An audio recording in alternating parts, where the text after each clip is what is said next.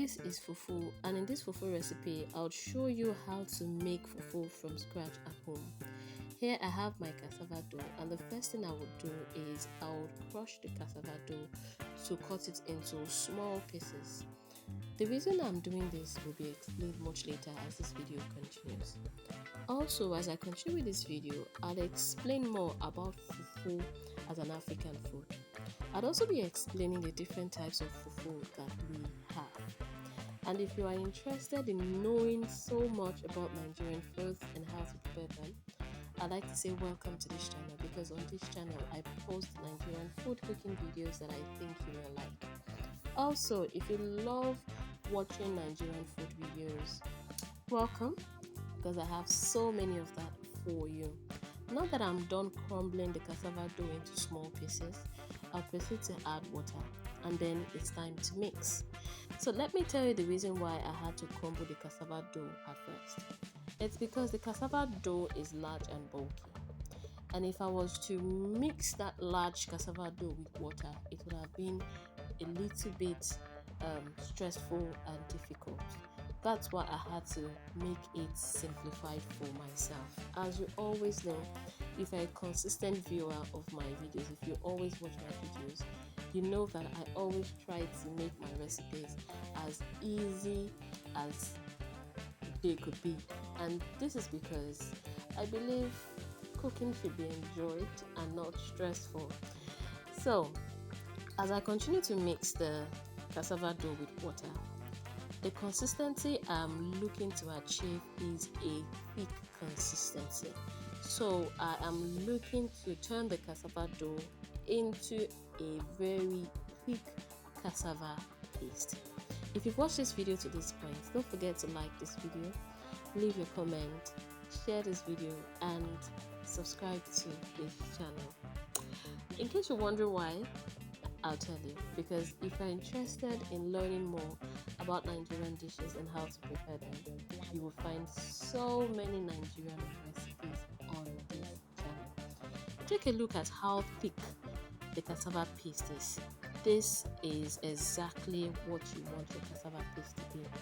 Now that I have achieved the proper thickness in my cassava paste, I'm simply checking to ensure that there are no lumps in it, because the cassava paste must be smooth. After I achieve the desired thickness and smoothness, I'll set the cassava paste aside and it's time to cook. I'll open my pots and I'll pour water into my pots. I'll cover the water and allow the water to boil. Also, let me show you the two types of kitchen utensils that you can make fufu with. This is the first one. It's called omorogun or turning stick. It's a staple kitchen utensil in many Nigerian kitchens. But if you do not have this, let me show you an alternative. You can use this wooden spoon. But the downside to using this wooden spoon is it can break, especially if you're making fufu in large quantity. So try to get this omorogun turning stick. It is versatile and you can use it for almost anything in your kitchen. Now that the water is boiling, I'll turn down the heat to low heat, and then I'll proceed to add my fufu paste or cassava paste.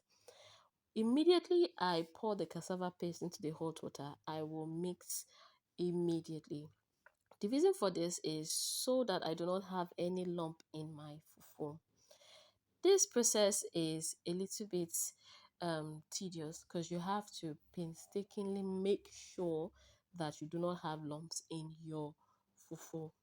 After pouring in the cassava paste, now I'll proceed to turn the heat up to medium heat.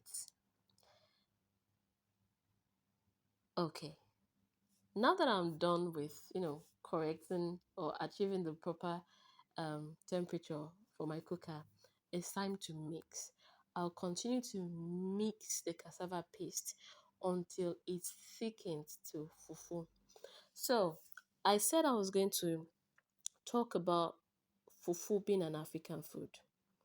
There are so many African fufu recipes, and this is because for different countries, they have their specific way for making fufu. Nigerian fufu is typically made with only cassava. But in some other African countries, their fufu is made with cassava and plantains. Some make their fufu with cassava and yam. The list of the other ingredients that other African countries add to their cassava paste is very long. And this is the reason why sometimes when we talk about fufu, we have to be specific. And in being specific, I would say this is a Nigerian fufu recipe. You can see that my cassava paste has thickened, and now I'm no longer going to call this cassava paste. I'm going to call this fufu because we're getting to that point. Also, let me explain why I had to turn the heat to different settings during the process of making this fufu. The heat was on high heat because I needed to get the water to boil. As soon as the water started boiling, I turned the heat down to low heat because it was time for me to pour in the cassava paste into the hot water. The reason I turned the heat down to low heat was to avoid having lumps in the fufu.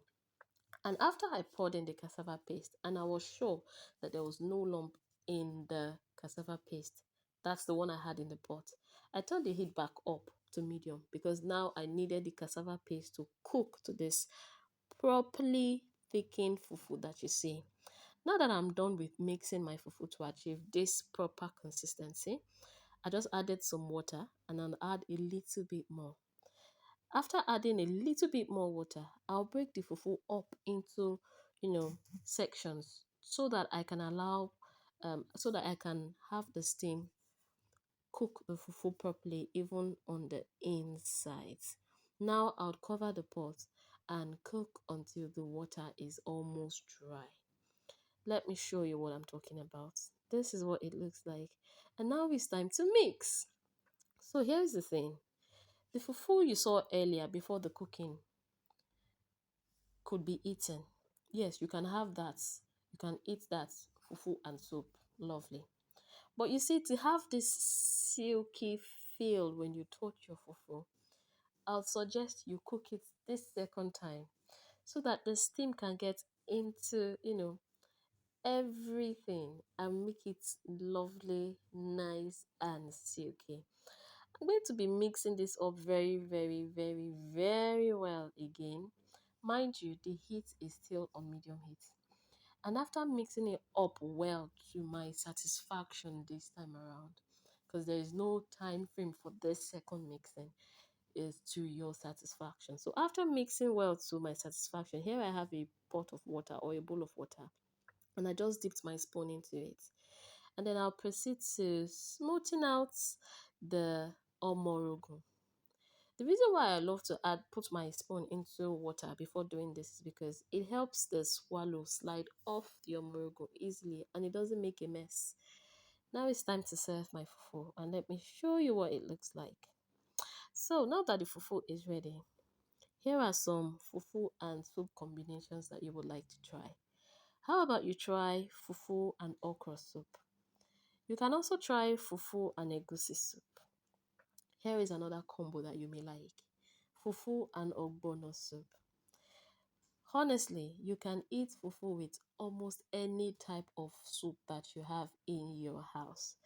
And I'm sure you're thinking, making fufu looks, like it takes a little bit more time than I would expect. Well, this is the reason why many people would just type fufu near me so they can buy already prepared fufu. But if you like to cook your own food at home, I hope you love this recipe. And thank you so much for watching. Bye.